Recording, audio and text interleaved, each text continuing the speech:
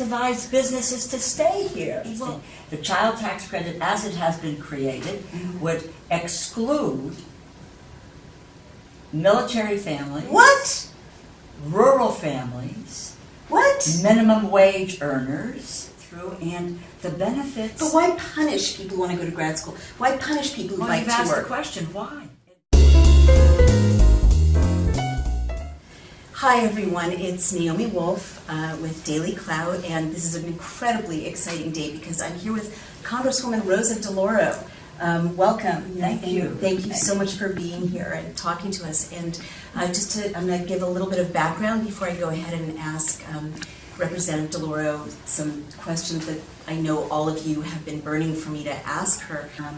And I just want to say Representative DeLauro is really special in a lot of ways. In one way, she is the Democrat from the 3rd District in Connecticut. She represents New Haven, once my hometown, and she's done that for 27 years. She's returned to office again and again with majorities in the 60s and 70%, above 70%. So welcome. Thank you. I'm delighted to be here. I'm very, very excited to join you in DailyClout. So let's just get right into it. Sure. One of the things that was topmost on your mind and topmost on ours is the tax bill. Yes. Why don't you tell me why you think that's critical for us to talk about right now? Well, because I think it is the central issue at the moment, and it has just unbelievable repercussions in people's lives.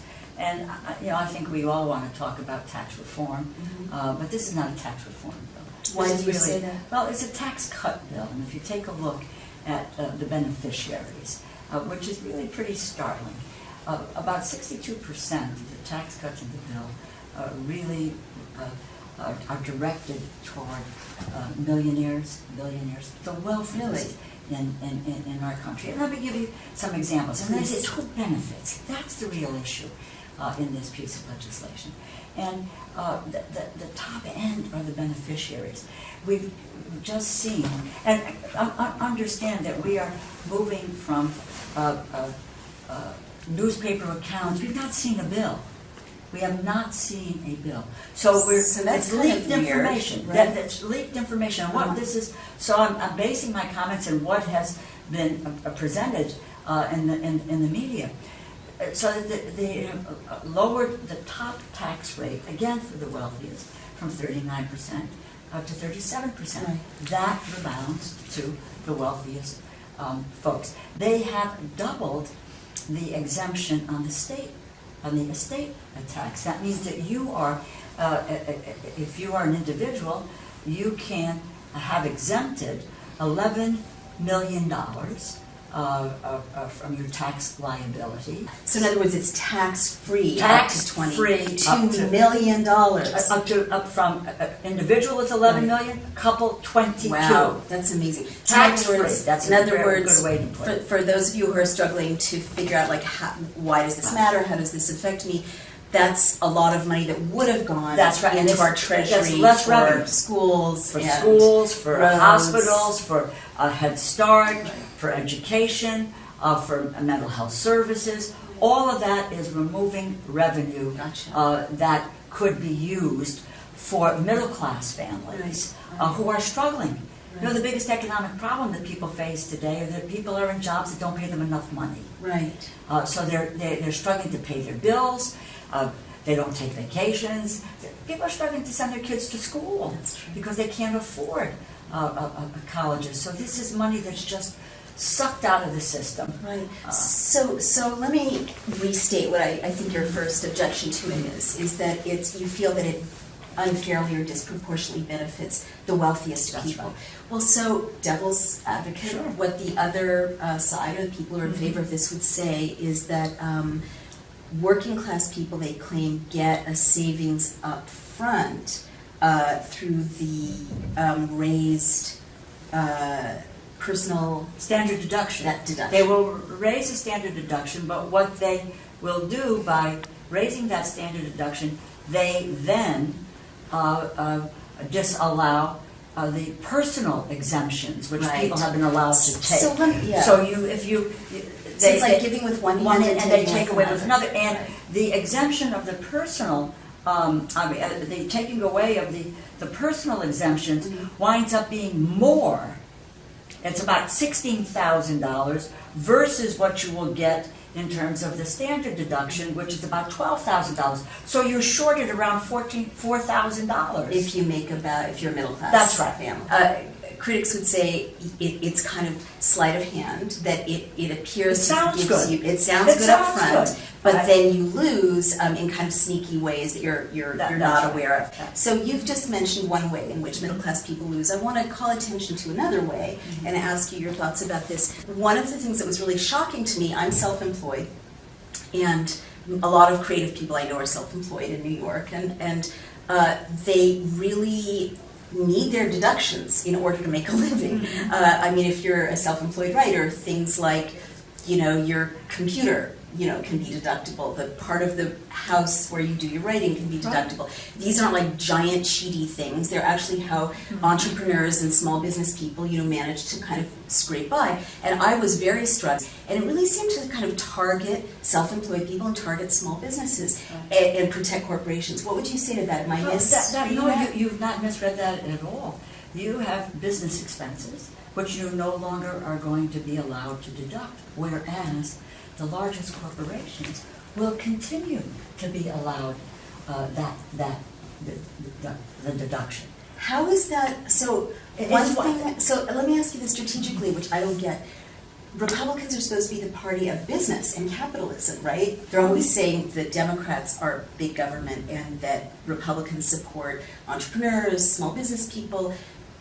When I actually read the bill, it almost seemed to be designed to disempower small business people and protect corporations. It is because the emphasis is really not small businesses, so they will give lip services to small business, talk about them as the engine of growth and all of this wonderful language. In reality, it is about big business. It is about corporations, multinational corporations, who are going to get some of the biggest benefits from this bill, so that small businesses and middle-class families should not be fooled by the language. With regard to the corporations and multinational corporations, one of the biggest issues is that we have seen over the years, and I'm sure you've heard from people whose jobs have been outsourced. Yes. So that was the initial objection to NAFTA back in the Clinton years. That's right.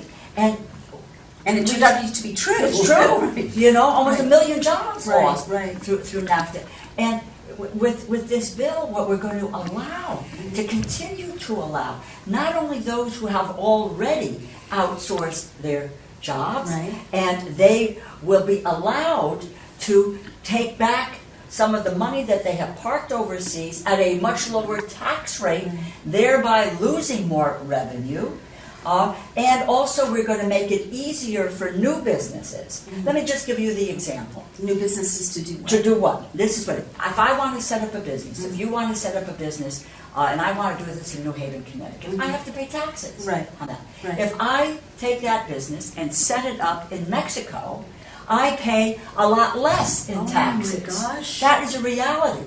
No one's ever explained that to me. It's about as this simple bill. as that. Oh my gosh, that's shocking. And so not only are you taking, that means when the business goes, the jobs go, and the revenue goes, and that people can park their money overseas and not pay taxes on that money. I mean, that incentivizes people further to move jobs overseas. Overseas. And so many people, as I said, the struggle is about jobs. Absolutely. People who have lost a job and they get rehired don't get the same salaries they were getting. They may lose their job, their wages go down. And how does that... Bad jobs, service jobs, part-time jobs, no benefits. Exactly, and no benefits. So what we are doing... We do have a tax code. Let's incentivize businesses to stay here. The president just talked about how they are going to invest, how they're going to create jobs. When they were asked how you're going to create jobs, they were silent. Because what they are going to do is to take care of their shareholders. They're going to buy back stock. Those are the kinds of things that are going to be done. And it's not going to trickle down. It will not trickle down, and there will be de minimis in terms of job growth. Can I ask you something? It's occurring to me that the idea of, taking big profits to reinvest in jobs is basically language from an economy that we no longer have in the United States, right? Like, we don't have manufacturing in the same way. We don't have an industrial base in the same way. Those jobs are in Mexico and in China now. So, you know, there's service jobs now in our country. So really, how could people, I mean, what would it look like for this bill to work the way Republicans are saying? But what you can do is, first of all, you can decrease the tax load on middle-class families. Right, and then that does what, which is good for the economy? Which is what they will spend the money. They are not buying stock. They are, you know, not taking care of shareholders. They're taking care of kids. And what they are trying to do is to survive, you know, week to week. And so that if you provide them with tax relief, if you allow them to take the deductions, if you have a child tax credit. Now, there is a child tax credit in this bill. However, this is very, very interesting. The child tax credit, as it has been created, would exclude military families. What? Rural families. What? Minimum wage earners. Families who have large numbers of children. And families who have young children. Why? Why? The question is why. Because they set the income levels at which you can participate at a range in which low-income families cannot take advantage of it. So this is like for those dual income, affluent, professional we go one step further to take benefit, advantage help of. pay their That's nannies, but working families, Can't military families are going to be struggling. That's right. Now, It's the other disturbing, piece of but this... I don't, Congresswoman, Why? I don't get it. It's like, I read this bill, and let me just give some examples. Sure. You lose gift cards. You lose deductions for riding your bike to work. You lose, if your employer wants to give you lunch, that can no longer be deducted. You know, but luxury cars are protected. You know, the construction industry is protected. Planes are protected. I was reading this bill, and I was literally thinking, you could not craft a more unpopular bill. It like penalizes people for the few perks they have left in the middle class and the working class. So let me ask you, as a politician, how could anyone, why? Like the bits of money that are going to be saved by making people not able to deduct their graduate school income. Graduate students are being taxed on scholarships. That's money they never see. So if someone works hard, studies hard, wins a scholarship, never sees the money, it just deducts the amount they have to pay tuition. They have to scramble to come up with the money somehow to pay it. They're going to have to pay if you have $30,000 in a stipend, and then you got a waiver of $40,000 on your tuition. You are now going to have to pay on $70,000. Oh my gosh! So let me ask you this: some of these things just seem so mean-spirited and so punitive, but also like really bad politics. Bad politics. Like what can explain Well, they're some hoping of that they these can things? get away with it. But what good does it do to take away people's deductions for gift cards and graduate school? It doesn't do any good. It just makes a party unpopular and gives people like you a talking point. Why did they do it like that? Well, because they figure that they're going to jam it through, get it through, and the benefits... But why punish people who want to go to grad school? Why punish people who like you've to asked work? the question, why? And because it's about a way to give. The goal is to make sure that they are taking care of the wealthiest people, the millionaires, the billionaires. They're donors. Right. They're donors Right. who have said, if you do not do a tax bill, you should not count on us any longer. Right, The one piece right. on the child tax credit, which is very interesting, Yes. is they raise the upper levy. They raised the upper level, Yes. and quite frankly, members of Congress could take advantage I believe it. of that rather than low-income families. Well, let me add another example. The bill I read, I couldn't believe this, is it takes away the benefit you used to get if you were an employer to hire disabled veterans.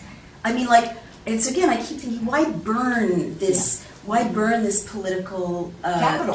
Right. Why? Like, who wants to stand behind that bill in 2018 and answer someone saying, my dad's a veteran, you know, he's disabled. You took away the incentive his employer had to hire him. I mean, I know I'm asking the same question to you over and over, but It is. They figure they're going to get away with it because they will have the wherewithal from their donor class to be able to provide them with the wherewithal. I guess but I what think I the mean- public is not going to be fooled. they're not loved there. Yeah, the numbers show this is very You unpopular. know, there was with one Republicans there and was Democrats. one Yes. tax credit they'd taken away, and that's for blind people. Oh my gosh, you're kidding. I'm not kidding. So, let me try again. I mean, Why? I'm asking a bunch of questions, but I guess I'm just so, like, I'm so used to politics having an end game, even if it's not the end game I agree with, right? And I guess what I'm wondering is, so when I looked at this bill as a whole, it really seemed to me like a giant piece of social engineering to heighten the divide between the wealthy and everyone else, to gut entrepreneurs and small business people, to make the rich kids the only ones who can afford to go to graduate school, law school, medical school, to really create a kind of fortress society in which there was no competition, no challenge, no social mobility to the elite. Am I overreading that? Like, No, otherwise I don't get this bill. You're actually not overreading it at all. But there is such pressure for the majority to pass something. Right. They were unable legislatively Right. to repeal and replace the Affordable Care Act. Right. The president made a lot of promises, and none of those promises have really been kept. They're being viewed as having failed in what they said that they were going to accomplish in their first year. Right. It just hasn't happened. So that they have moved on this tax proposal, which they've cobbled together, and they've cobbled it together to satisfy their very, very wealthy and donors. In addition to that, they have been trying to trade pieces with Republican members to say, if you like this, we'll put it in if you'll give us your vote. Right. You may not like that, but what can we do for you? I think because they're under the gun to pass a piece of legislation. And these are not my words. This is probably one of the worst pieces of legislation we have ever seen. It's extraordinary. In the US Congress. Well, those are strong words, and you would know, you've been doing this for 27 years. It really isn't what we do. In 1986, when we passed, tax reform, it was a bipartisan effort. This has not been a bipartisan effort. The Democrats have not been included in any of these But neither discussions. have the people. It has been, secretive. I just wanted to say is because this creates a $1.5 trillion deficit. Thank you. If it's 1.5, and it's already been stated in the press, what is going to happen is that the majority is going to come back and say, we have to make up the deficit. Where are we going for the deficit? We're going to raise taxes on the middle class. We're going to go to Social Security. Oh, yeah. We're going to Medicare. That's right. We are going to education. Oh, my gosh. We are going to food stamps. We are going to social services. The social safety net, there will be a massive assault on the social safety net as a result of this bill. Extraordinary. Well, I hope you're all listening, and that leads to my last question, because we've got these mobilized millions of people out there who care and who care about you talking to them and explaining it, and now they want to know, they want me to say to you, Congresswoman DeLauro, what can they do? What can they do to raise their voice? What can they do to help you? Or help pass it? I mean, we're a nonpartisan platform. How can people best affect the outcome, and how can people best pressure all of you guys in this building to restore the process so that the people can see these bills and have a say about them? What would you say? Well, I would just say is it has to be what people did with regard to the Affordable Care Act. What was that? And that folks wrote, they called, they marched, they protested. They went to visit their members of Congress and told them, this is unacceptable. We need you to vote against this kind of legislation. There is so much at stake, and people should understand and know about what happens in the Congress. We are only here because the American people put us here in our various communities. You have every right, you have every obligation, in my view, to be in touch with us, to tell us what you are thinking, to let us know the struggle that you and your family are facing, and what is it that we can do as your elected representative to help to make your life better. Wonderful. Representative DeLauro, Congresswoman, what an honor, what a treat, and thank you so much for explaining this to us. And I know many people are cheering for you. Thank you so much.